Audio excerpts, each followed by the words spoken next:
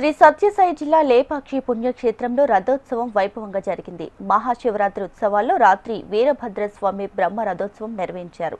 శివ పార్వతుల విగ్రహాలను ప్రత్యేక అలంకరణలతో రథంపై అధిరోహింపజేసి తిరువీధుల్లో విహరింపజేశారు. జన సందోహం నడుమ శంభో శంకర హరహర మహాదేవ అనే నామస్మరణతో బ్రహ్మ రథోత్సవాన్ని ఘనంగా నిర్వహించారు. ఈ రథోత్సవంలో ఆంధ్ర, కర్ణాటక, తమిళనాడు నుంచి భక్తులు వేలాదిగా తరలివచ్చారు. ఇక ఆలయ కమిటీ చైర్మన్ రామానందన్ ఆధ్వర్యంలో భక్తులకు ఇబ్బంది కలగకుండా ప్రత్యేక ఏర్పాట్లు కూడా చేశారు.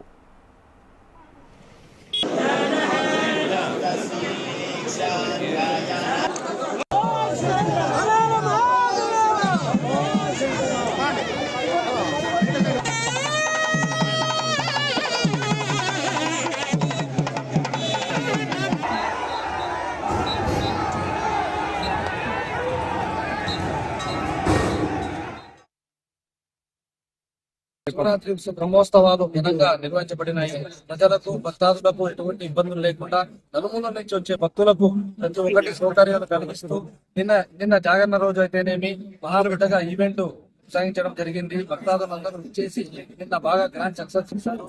అంతేకాకుండా ఇవాళ రథోత్సవం